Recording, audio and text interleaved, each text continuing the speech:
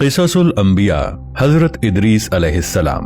मोहतरम नाजरीन, गुज़िश्ता क़िस्त में हमने हजरत इदरीस अलैहिस्सलाम के हालात व वाक़यात से मुताल्लिक कई ऐसी बातें आपके गोश गुजार की जिनसे हमारे अक्सर नाजरीन आगाह नहीं हैं। ये हालात हमने कुतुब तवारीख में बयान करदा अहवाल, उनके आसार और कदीम हवालों के साथ बयान किए थे। आज की ज़ेरे नज़र वीडियो में हम इदरीस अलैहिस्सलाम से वाबस्ता दीगर हालात, उस जमाने की तारीख़ व तहक़ीक़ और इल्हामी कुतुब के दस्तयाब औराक़ से पेश कर रहे हैं।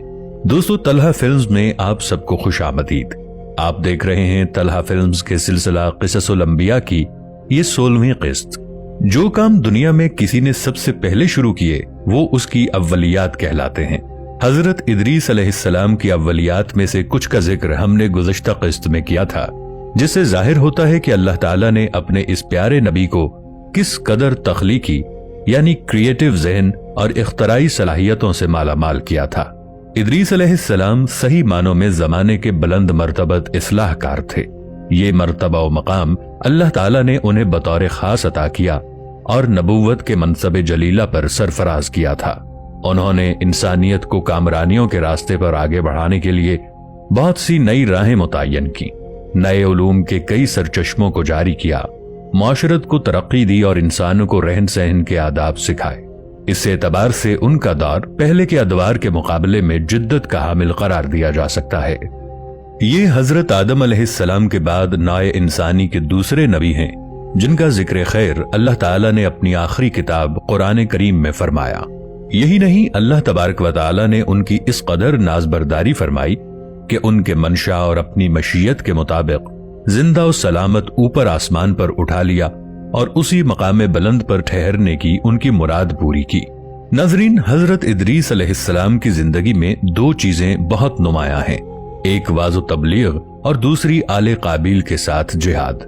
चूंकि उन्हें वाज़ो तबलीग में मलिका हासिल था, चुनाचे उनकी पहली कोशिश यही रही कि वाज़ो नसीहत से आले काबिल राह रास्त पर आ जाएं और दुनिया बुराइयों से पाक होकर एक अल्लाह की इबादत करने लगे। लेकिन शैतान ने उन लोगों को पूरी तरह अपनी गिरफ्त में ले लिया था। जब आप अलैहिस्सलाम उनसे अल्लाह की वहदानियत की बात करते, एक अल्लाह की इबादत की नसीहत करते, बुराइयों को छोड़ने की तलकीन करते, तो ये बातें उन लोगों को बड़ी नागवार गुजरती और आग बगूला होकर उन्हें अजियतें देते, तमस्खुर उड़ाते, पत्थर मारते। दरअसल एक तवील अरसे तक शैतान के जेरे असर रहकर ये लोग शिर्क व कुफ्र और बुराइयों की दलदल में धंस चुके थे। दुनिया वाज़ेह तौर पर दो ग्रोहों में तकसीम हो चुकी थी, एक शैतान के पैरोकार और दूसरे अल्लाह रब्बुल इज्जत के मानने वाले। हजरत इदरीस अलैहिस्सलाम इस सूरत हाल पर बड़े दिल गिरफ्ता और परेशान रहा करते थे। आप अलैहिस्सलाम ने लाख कोशिश की कि किसी तरह तबलीग के जरिए इन लोगों को राह रास्त पर लाया जा सके, लेकिन जब कोई सूरत नजर न आई तो उन्होंने अल्लाह और उसके पैगंबर पर ईमान रखने वाले नौजवानों की एक जमात के साथ आले काबिल के साथ जिहाद किया, जिस पे अल्लाह ताला ने उन्हें कामयाबी अता फरमाई और बहुत से लोग दीन हक की जानिब रागिब हो गए। आप हजरत आदम अलैहिस्सलाम के 500 साल बाद इस दुनिया में तशरीफ लाए थे। आपसे पहले हजरत शीस अलैहिस्सलाम नबूवत के मनसब पर सरफराज थे।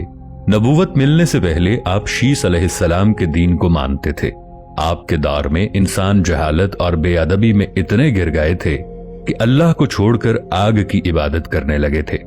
आपने दुनिया में आकर लोगों को हिदायत का रास्ता दिखाया और अदब व इल्म भी सिखाया। बाबल से हिजरत के बाद आप मिस्र पहुंचे। उस दौर में मिस्र एक खूबसूरत जगह थी। आपने वहां पहुंचते ही अल्लाह का शुक्र अदा करते हुए सुब्हानअल्लाह कहा, फिर वहीं रहने लगे और वहां अपना इल्म फैलाया। फिर आपने उन लोगों के साथ मिलकर जो ईमान ले आए थे, बाबल में बुराई और बुरे लोगों के साथ जंग की और फतयाब हुए और दुनिया से एक बार बुराई का नामो निशान मिटा दिया। आपके दौर का एक मशहूर वाकया किस्सा हारूत व मारूत भी है। एक रिवायत इस सिलसिले में यह बयान की गई है कि हजरत इदरीस अलैहिस्सलाम के जमाने में लोग बहुत बदअमल हो गए थे और फरिश्तों ने बारगाह इलाही में अर्ज की कि इंसान बहुत बदकार है, ये तेरी खिलाफत के लायक नहीं है, इसलिए इंसान को मनसब खिलाफत से हटा दिया जाए। अल्लाह पाक का इरशाद हुआ कि इंसान में गुस्सा और शहवत है, जिसकी वजह से वो ज्यादा गुनाह करता है। अगर ये चीजें फरिश्तों को दे दी जाएं तो वो भी गुनहगार हो जाएंगे। فرشتوں نے کہا ہم تو کبھی بھی گناہ کے قریب نہ جائیں گے، خواہ کتنا ہی غصہ اور شہوت ہو۔ حکم ربی ہوا کہ اچھا تم اپنی جماعت سے کوئی سے 2 فرشتے چن لو جو تمہارے خیال میں سب سے زیادہ پرہیزگار ہوں، پھر انہیں غصہ اور شہوت دے کر دنیا میں بھیجا جائے گا تاکہ انہیں آزمایا جا سکے۔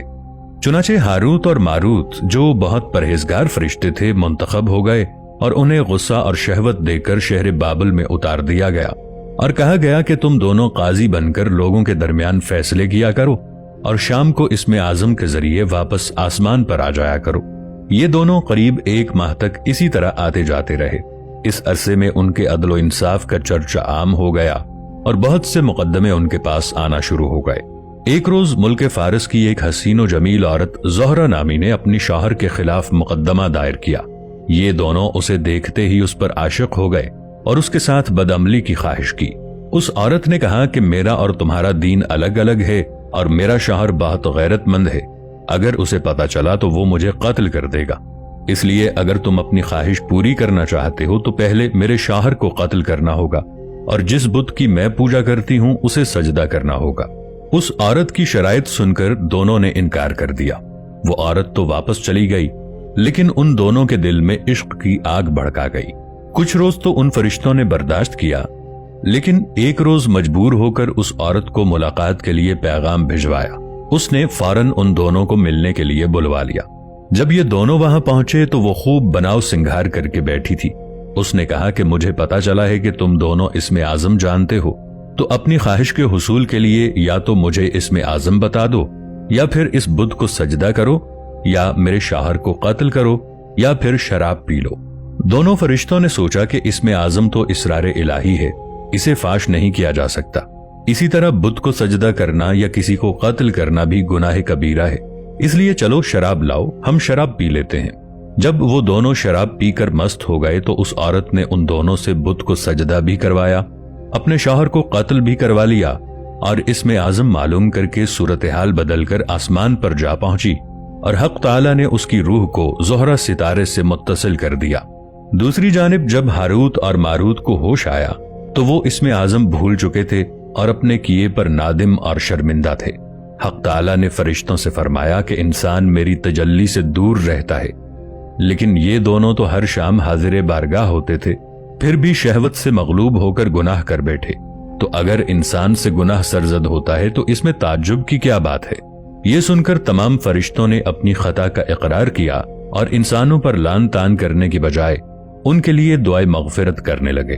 اس کے بعد ہاروت اور ماروت حضرت ادریس علیہ السلام کی خدمت میں پیش ہوئے اور اللہ کے حضور معافی کی درخواست کی۔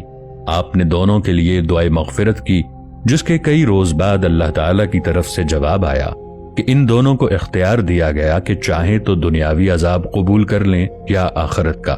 انہوں نے سوچا کہ دنیا کا عذاب ایک نہ ایک دن ختم ہو جائے گا، لیکن آخرت کا عذاب نہ ختم ہونے والا ہے، اس لیے دونوں نے دنیاوی عذاب قبول کر لیا۔ چنانچہ حق تعالیٰ نے حکم دیا کہ ان دونوں کو لوہے کی زنجیروں میں جکڑ کر بابل کے کنویں میں اوندھا لٹکا دیا جائے۔ اس کنویں میں آگ جل رہی ہے اور فرشتے باری باری ان پر کوڑے برساتے ہیں اور پیاس کی شدت سے ان کی زبانیں باہر کو لٹک رہی ہیں، اور یہ عذاب ان پر قیامت تک یوں ہی شدید رہے گا، پھر آخر کار ان کو نجات ملے گی۔ ناظرین، قرآن پاک میں ہاروت اور ماروت کا ذکر ضرور آیا ہے، مگر مذکورہ قصے کی طرف کوئی اشارہ نہیں ہے۔ یہ قصہ ہمیں سورہ بقرہ کی آیت 102 میں اس طرح ملتا ہے، اور وہ لوگ لگے ان چیزوں کی پیروی کرنے جو شیاطین سلیمان علیہ السلام کی سلطنت کا نام لے کر پیش کیا کرتے تھے، حالانکہ سلیمان علیہ السلام نے کبھی کفر نہیں کیا۔ کفر کے مرتکب تو وہ شیاطین تھے جو لوگوں کو جادوگری کی تعلیم دیتے تھے۔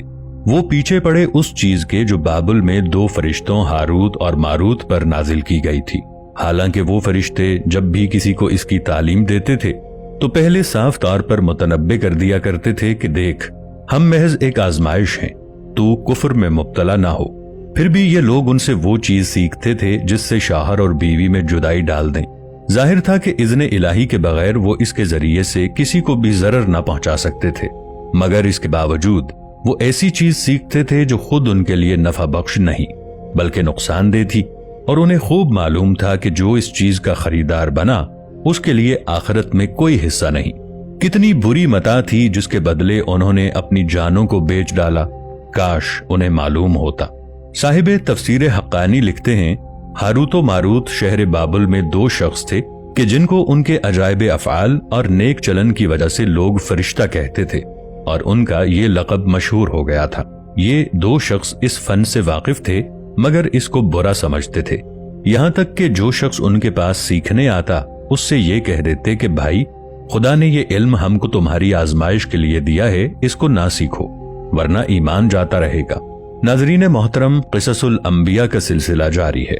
मजीद अहवाल जानने के लिए हमारी आइंदा वीडियोस का इंतजार कीजिए। इस दिलचस्प सिलसिले से लम्हा बलम्हा आगाह रहने के लिए हमारे इस चैनल को सब्सक्राइब करते हुए बेल आइकॉन को दबा दीजिए ताकि हमारी आने वाली वीडियोस भी इसी तसलसल से आप तक पहुंचती रहें।